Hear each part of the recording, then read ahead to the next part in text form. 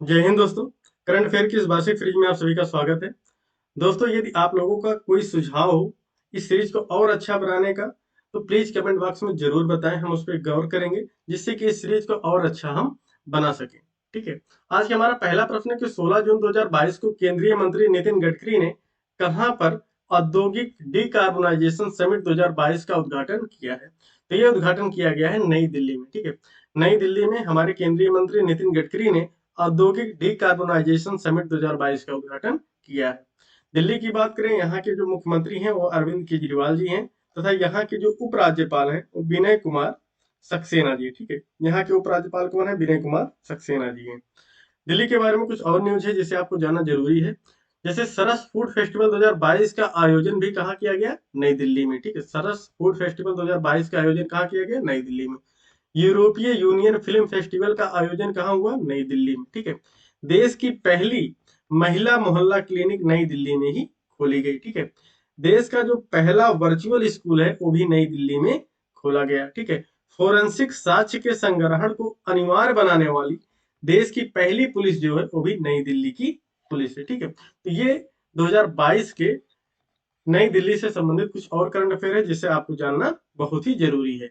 अगला प्रश्न हमारा है कि 14 जून 2022 को प्रधानमंत्री नरेंद्र मोदी ने कहां पर संत तुकाराम शिला मंदिर का उद्घाटन किया है? ये उद्घाटन किया गया देहू पुणे में। ठीक है। देहू पुणे में पीएम मोदी ने संत तुकाराम शिला मंदिर का उद्घाटन किया है। ठीक है। पुणे से संबंधित एक दूसरा करंट अफेयर का प्रश्न है कि देश के पहले हाइड्रोजन फ्यूल सेल बस का अनावरण भी कहाँ किया गया? पुणे में। आपसे पूछा जाए देश के पहले हाइड्रोजन फ्यूल सेल बस का अनावरण कहाँ किया गया? ये भी आपके पुणे में किया गया। ठीक है। ये पुणे हमारा कहाँ है? महाराष्ट्र में। ठीक है। ये हमारा कहाँ है? महाराष्ट्र में। महाराष्ट्र के मुख्यमंत्री की बात करें तो एकनाथ शिंदे जी हैं। ठीक है। महाराष्ट्र के मुख्यमंत्री कौन है? एकनाथ शिंदे हैं। यहाँ के अगर राज्यपाल की बात करें तो यहाँ के राज्यपाल श्री रमेश रमेश बैस हैं। ठीक है। यहाँ के राज्यपाल कौन है? श्री रमेश बैस हैं। ठीक। हमारा अगला प्रश्न है कि भीमराव अंबेडकर से जुड़े दो स्थल जिन्हें जुलाई 2022 में राष्ट्रीय स्मारक प्राधिकरण राष्ट्रीय महत्व का स्मारक घोषित करने की सिफारिश की है, वो कहाँ पे है? एक है गुजरात के बड़ोदरा स्थित संकल्प भूमि बरगद बेच परिषद तथा दूसरा महाराष्ट्र के सतारा स्थित प्रताप राव भोसले हाई स्कूल। ठीक है। ये जो भीमराव अम्बेडकर से जुड़े दो स्थल हैं जिनको जुलाई 2022 में राष्ट्रीय स्मारक प्राधिकरण ने राष्ट्रीय महत्व का घोषित करने के लिए सिफारिश की है। एक है गुजरात में। ठीक है। गुजरात के बड़ोदरा स्थित संकल्प भूमि बरगद वृक्ष परिषद, दूसरा क्या है? महाराष्ट्र के सतारा स्थित प्रताप राव भोसले हाई स्कूल। यदि हम बात करें गुजरात और महाराष्ट्र की तो वर्ष 1960 में, ठीक 1960 में ये गुजरात और महाराष्ट्र नामक दो राज्यों का गठन हुआ था। ठीक है। सबसे पहले बंबई था, बंबई को काट के दो चीज बनी, एक गुजरात बना दूसरा महाराष्ट्र। ये कब बना? 1960 में। ठीक है। हमारा अगला प्रश्न है कि इंस्टीट्यूट फॉर मैनेजमेंट डेवलपमेंट द्वारा 15 जून 2022 को जारी विश्व स्पर्धात्मक सूचकांक 2022 में भारत को कौन सी रैंक प्रदान की गई? ये 37वीं रैंक प्रदान की गई। किसमें? विश्व प्रतिस्पर्धात्मक सूचकांक 2022 में भारत को कितनी रैंक मिली? 37वीं रैंक मिली। ठीक है। 37वीं रैंक मिली थी। ठीक है। हमारा अगला प्रश्न है कि 7 जुलाई 2022 को कहां पर पीएम मोदी ने अखिल भारतीय शिक्षा समागम का उद्घाटन किया है?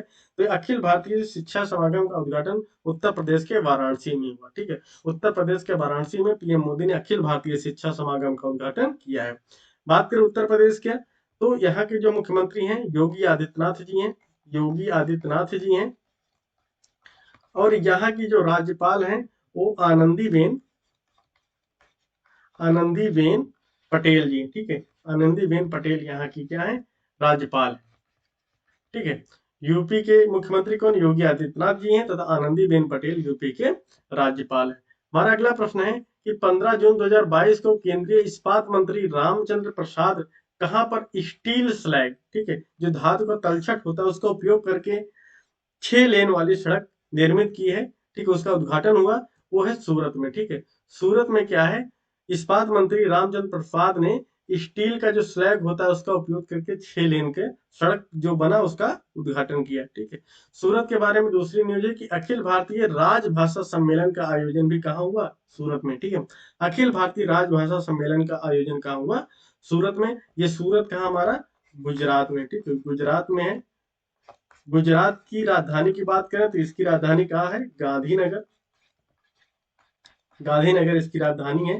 तथा गुजरात के जो सीएम है भूपेंद्र पटेल है, ठीक है, भूपेंद्र पटेल ये गुजरात के मुख्यमंत्री हैं। तथा आचार्य देवव्रत, ठीक है, श्री आचार्य देवव्रत यहाँ के राज्यपाल है। गुजरात के जो राज्यपाल हैं आचार्य देवव्रत हैं। भूपेंद्र पटेल गुजरात के मुख्यमंत्री हैं तथा गुजरात की राजधानी गांधीनगर है।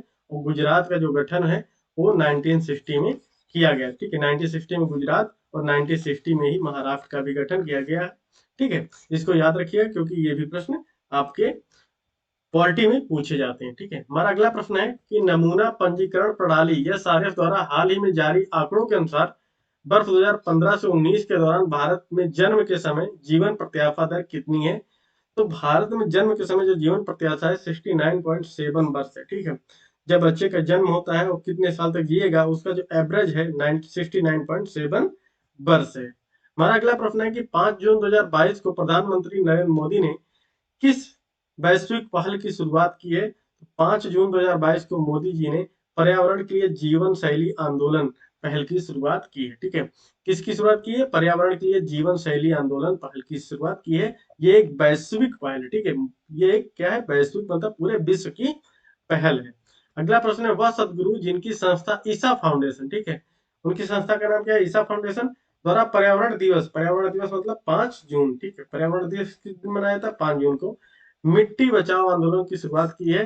तो ये सदगुरु हैं जग्गी वासुदेव, ठीक है। जग्गी वासुदेव सदगुरु की एक फाउंडेशन है जिसका नाम ईसा फाउंडेशन है और इसने पर्यावरण दिवस अर्थात 5 जून को मिट्टी बचाओ आंदोलन की शुरुआत की है। हमारा अगला प्रश्न है कि 5 जून 2022 को येल विश्वविद्यालय द्वारा जारी 2 वर्षीय पर्यावरण प्रदर्शन सूचकांक 2022 में भारत की कौन सी रैंक रही है। भारत की रही है 180वीं, ठीक है। इसमें 180 देश ने पार्टिसिपेट किया था और भारत को एकदम अंतिम स्थान मिला 180, ठीक है। इस स्थान को भारत सरकार ने माना नहीं है, इसको खारिज कर दिया कि ये रैंक हमारी नहीं हो सकती, ठीक है। तो येल विश्वविद्यालय द्वारा जारी द्विवार्षिक पर्यावरण प्रदर्शन सूचकांक में भारत की कौन सी रैंक है, 180वीं रैंक है। हमारा अगला प्रश्न है 15 जून 2022 को Institute for Economics and Peace द्वारा जारी वैश्विक शांति सूचकांक 2022 में भारत की कौन सी रैंकिंग है। तो इसमें भारत की रैंकिंग है 135वीं, ठीक है, शांति सूचकांक में, ठीक है।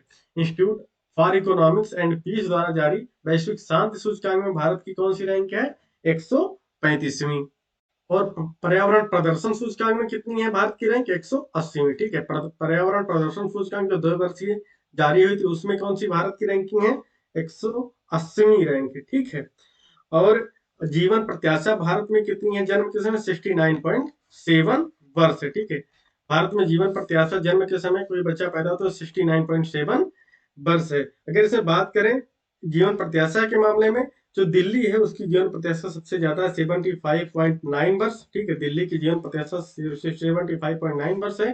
तथा छत्तीसगढ़ की जो जीवन प्रत्याशा सबसे कम है यहाँ 65.3 वर्ष, ठीक है, छत्तीसगढ़ की 65.3 वर्ष है। तथा दिल्ली की जो है ये दिल्ली की है 75.9 वर्ष जीवन प्रत्याशा और एवरेज जो है 69.7 वर्ष है जीवन प्रत्याशा। और पर्यावरण प्रदर्शन सूचकांक में भारत का 180वां रैंक है। तथा वैश्विक शांति सूचकांक 2022 में भारत की 135वीं रैंक है। हमारा अगला प्रश्न है 21वीं सदी के लिए अक्षय ऊर्जा नीति नेटवर्क द्वारा जून 2022 में जारी नवीकरणीय वैश्विक स्थिति रिपोर्ट 2022 के अनुसार भारत वर्ष 2021 में अक्षय ऊर्जा प्रतिष्ठानों में कौन सा स्थान पे है। तो ये भारत तीसरे स्थान पे, ठीक है। अक्षय ऊर्जा के मामले में भारत का कौन सा स्थान है, तीसरा है। पर्यावरण प्रदर्शन सूचकांक में भारत का 180वां रैंक है, ठीक है, पर्यावरण प्रदर्शन सूचकांक में भारत का 180वां रैंक है। तथा वैश्विक शांति सूचकांक में, ठीक है, वैश्विक शांति सूचकांक में भारत का 135वां रैंक है। वैश्विक शांति सूचकांक कितना, 135वां रैंक है। तथा पर्यावरण प्रदर्शन सूचकांक में भारत का 180वां रैंक है। और इसी के साथ अजय ऊर्जा प्रतिष्ठानों में भारत का तीसरा रैंक, ठीक है। तो आज के ये कुछ महत्वपूर्ण प्रश्न थे। कल के वीडियो में कुछ और महत्वपूर्ण प्रश्न लेके आएंगे और वही आपसे फिर से निवेदन है यदि आपको कोई सुझाव हो प्लीज कमेंट बॉक्स में जरूर दें, इस पर हम जरूर गौर करेंगे और इस सीरीज को और भी अच्छा बनाने का प्रयास करेंगे। ठीक है, तब तक के लिए जय हिंद जय भारत।